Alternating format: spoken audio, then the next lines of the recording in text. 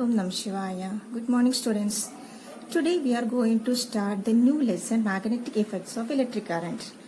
Before that, you already studied about electricity. First, we started with the lesson electricity. In that, you studied two effects of electric current. Do you know that? Which are the two effects of electric current you have studied? First one is lighting effect of electric current. You know, when we switch on the bulb, it glows. So that shows the lighting effect of electric current.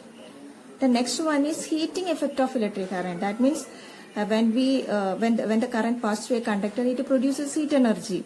So that is known as heating effect of electric current. Based on the Joule's law of heating, we explained more about the heating effect of electric current. Right? Now we are going to start with the magnetic effects of electric current. What is meant by magnetic effect of electric current? Before that, you already familiar with a magnet, isn't it? Do you know what is a magnet?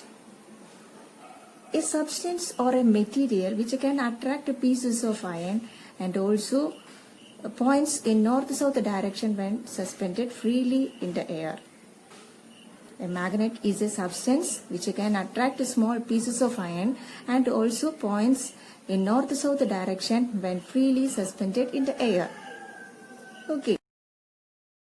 Know the story of a magnet? Greeks found that a naturally occurring iron ore called magnetite can attract small pieces of iron. A naturally occurring iron ore called magnetite can attract small pieces of iron.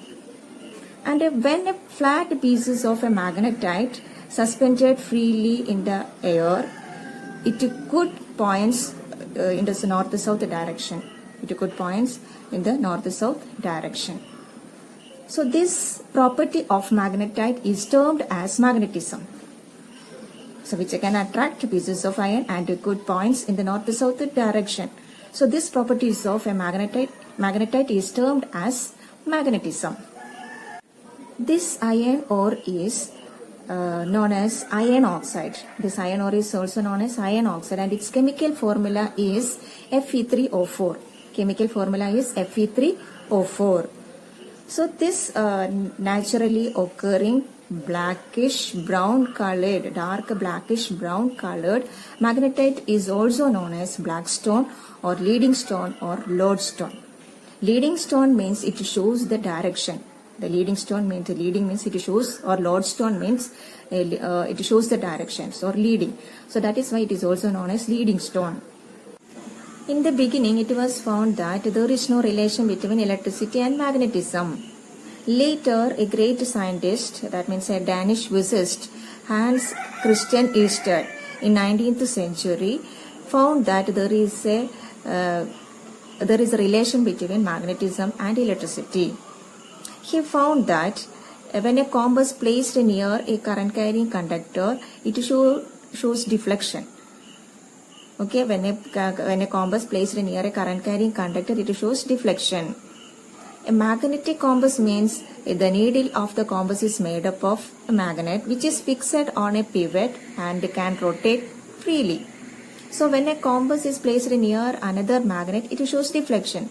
Likewise, when a compass is placed near a current-carrying conductor, it showed deflection. So from that, he found that, or he concluded that a current-carrying conductor produces magnetic field or it behaves like a magnet. And that is known as magnetic effect of electric current. So when a current is passed through a conductor, it produces magnetic field or it acts as a magnet or behaves like a magnet. Okay, and later this phenomenon is used in many technologies like radio, television, fiber optics, etc. Now you already know what is meant by a magnet. A magnet is a substance which can attract small pieces of iron and can point in the north-south direction. Isn't it? Do you know why this magnet points in the north-south direction? Yes, because of Earth's magnetic force. Earth acts as a huge magnet. It has both the North Pole and South Pole. Earth's North Pole is always pointing towards the geographical south. Earth's South Pole is always pointing towards the geographical north. Okay, Earth's south pole is always pointing towards the geographical north and Earth's north pole is always pointing towards geographical south. Okay, so when we hang a magnet in the atmosphere, in the air, or suspended freely, the Earth's north pole will attract south pole of the magnet. But Earth's north pole is pointing towards the geographical south. So magnet south pole is also pointing towards the south. Okay, likewise Earth's south pole will attract north pole of the magnet. So Earth's south pole is pointing towards the geographical north. So the magnet's north pole is also pointing towards the north. Okay, so when we hang a magnet freely in the air, it always pointing in the north-south direction, and the north pole is always pointing in towards the north, and the south pole is always pointing towards the south. That is why we call north pole as north-seeking pole and the south pole as south-seeking pole. Okay, so now when we bring another magnet near to this magnet, you can see either they can attract or repel. So the poles which can attract each other are opposite poles. That means north pole can attract south pole of another magnet. Likewise, if we bring the north pole and north pole together, they will repel. So like poles repel each other, unlike poles attract each other. This is the property of a magnet. Okay. Now the force with which the magnetic pole of one magnet can attract magnetic pole of another magnet is known as magnetic force, or the force exerted by a magnet is known as magnetic force. And this force is extended up to certain extent. So the region around the magnet where the magnetic force can be felt is known as magnetic field. This magnetic field we can clearly see by using iron filings. Just sprinkle some iron filings around a magnet and then tap it. You can see they are arranged themselves in a particular pattern around this magnet where this force can be felt. So that region is known as magnetic field. The space or region around a magnet where the magnetic force can be felt is known as magnetic field. Then the lines along which the iron filings are arranged in a particular pattern around this magnet is known as magnetic field lines. The lines along which the iron filings are arranged in a particular pattern around this magnet is known as magnetic field lines. Okay, now you can see the iron filings are crowded, or a huge amount of iron filings are attached at the poles, and less amounts we can see on the sides. So magnetic force is maximum at the poles and very weak on the sides. Is it clear? Now the force with which the magnetic pole of one magnet can attract magnetic pole of another magnet is known as magnetic force, or the force exerted by a magnet is known as magnetic force. And this force is extended up to certain extent. So the region around the magnet where the magnetic force can be felt is known as magnetic field. This magnetic field we can clearly see by using iron filings. Just sprinkle some iron filings around a magnet and then tap it. You can see they are arranged themselves in a particular pattern around this magnet where this force can be felt. So that region is known as magnetic field. The space or region around a magnet where the magnetic force can be felt is known as magnetic field. Then the lines along which the iron filings are arranged in a particular pattern around this magnet is known as magnetic field lines.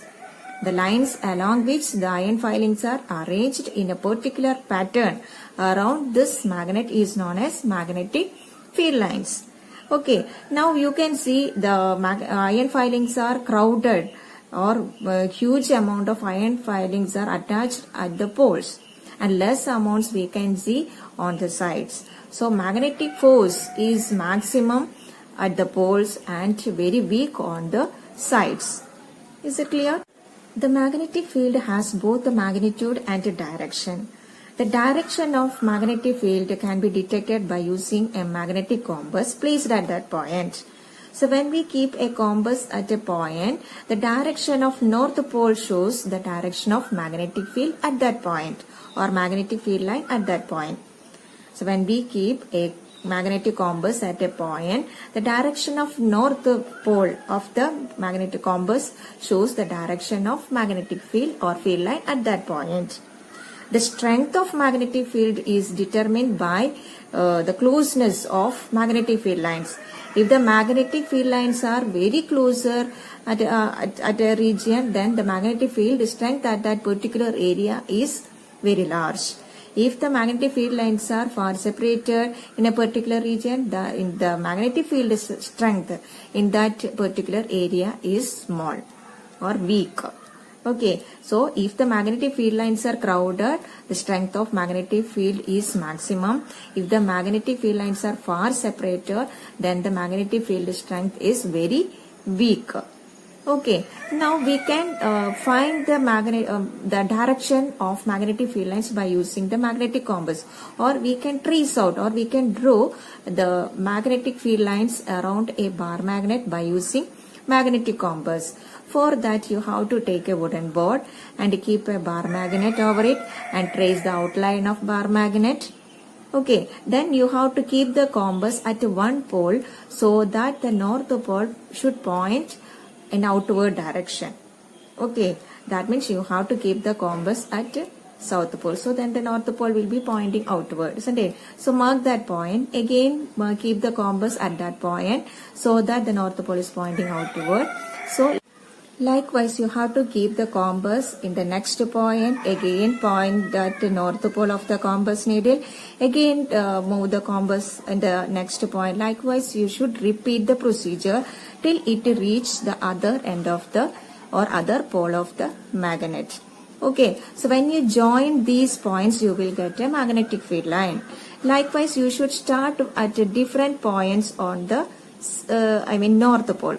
Okay, so you have to start at different points on the north pole. So you will get different magnetic field lines based on the points what you got. Okay, so we can see the magnetic field lines are in a particular pattern around the magnet.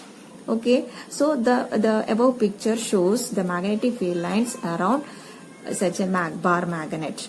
Okay, now you can see the direction of magnetic field lines are starting from the north pole and ending in the south pole outside the magnet. But inside the bar magnet, the magnetic field lines are parallel to each other. The magnetic field lines are parallel to each other. Okay, outside they are in the form of closed continuous curves. Outside the magnet, magnetic field lines are in the form of closed continuous curves, and they are starting from the north pole and ending at the south pole, or they are emerging from the north pole and merge at the south pole outside the magnet. But as they are closed continuous, inside the bar magnet, they are from the south pole to north pole. So inside the bar magnet is from south pole to north pole. Outside it is north pole to south pole. Another property you can see that no field lines can intersect each other. No field lines intersect each other. Because if they intersect each other, the direction of magnetic field can be shown by a compass placed at a point, right? So if they intersect each other and if we keep a compass at that point, the compass should show the two direction, which won't be possible, isn't it? If you keep a compass, the compass needle should show the direction, but if they intersect each other, it should show two direction. Okay, it won't be possible. So no field lines can intersect each other. That is the third property. First one, they are in the form of closed continuous curves. Second one, they are starting from the north pole or emerge from the north pole and merge at the south pole. And inside the bar magnet, they are from south pole to north pole and they are parallel to each other, so that the magnetic field is uniform at the center. Now we told that the direction of magnetic field shown by the north pole of the compass needle, isn't it? So at a point, the direction can be marked as the tangent at that point because they are in the form of closed continuous curves. So tangent at that point shows the direction of magnetic field at a point. Okay, and these magnetic field lines are crowded at the pole. So the magnetic field strength is maximum at the pole and then they are far separated on the side. So magnetic field strength is very weak on the sides of the bar magnet. Okay, so these are the properties of a bar magnet or the properties of magnetic field lines produced by a bar magnet. It's a very important question. So they are magnetic field lines are in the form of closed continuous curves. So they emerge from the north pole and emerge at the south pole, and inside the bar magnet they are from south to north, and inside the bar magnet they are parallel to each other. So the magnetic field is uniform inside the bar magnet. Okay, now no field lines can intersect each other. If they intersect at the point, the compass needle shows two directions, which won't be possible. Okay, so the tangent at a point shows the direction of magnetic field at that point. The tangent at a point shows the magnetic field at that point. And magnetic field lines are crowded at the poles, so magnetic field strength is maximum at the poles. And they are far separated on the sides, so magnetic field strength is very weak on the sides of a bar magnet. Okay, is it clear? So yes, these are the very important questions. So first of all, what is meant by magnetic field? Then what is meant by magnetic field lines, and what is meant by magnetic force? Then what is meant by magnetic effect of electric current?